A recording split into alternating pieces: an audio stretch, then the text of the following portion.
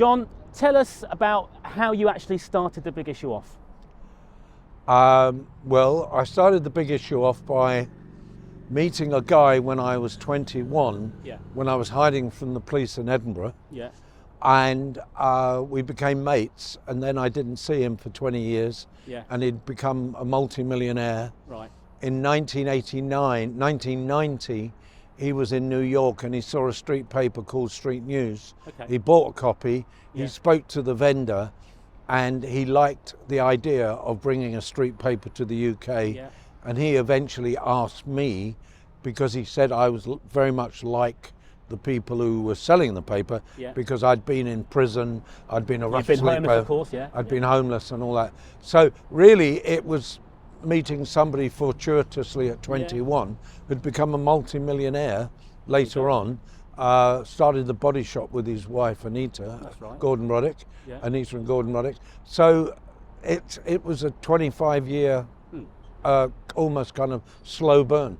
But it's like a labour of love for you, of course, because you've got the Big Issue magazine, you've got Big Issue Invest that's investing in over 500 sort of social enterprises. It's all really good.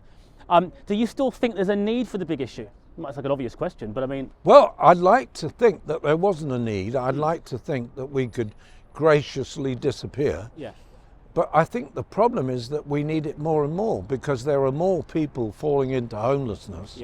There are more people who are working poor, and they need to earn extra money. So we've got an increasing amount of people who are not homeless, but if you didn't help them, they'd become homeless. And because we work with homeless people and the vulnerably accommodated, the vulnerably accommodated section of our remit has grown tenfold. Right. How important is taking cash for the vendors? Because I know you were saying that you give them card readers now alongside cash. But roughly, I mean, how many? I mean, a typical vendor. I mean, how much cash do they actually get? Well, they want cash. Mostly want cash because it works better for them. And also because you don't have to spend money on it. You don't have to pay a fee. So that's one of the reasons I like the idea of the vendors having cash, largely because I believe that it's easier for them to do what they want to do, and that's what they're there for. But at the moment, I would say probably about 30% of people buying the Big Issue are using the card, the settled card, and that might increase. But one thing we will never ever do is say to somebody, I'm sorry, we don't take your cash. If you're buying copies of the Big Issue, no cash. We wouldn't do that. Well, I'm very pleased to hear that, John. Thank you. Thank you very much indeed. Cheers. Thank you.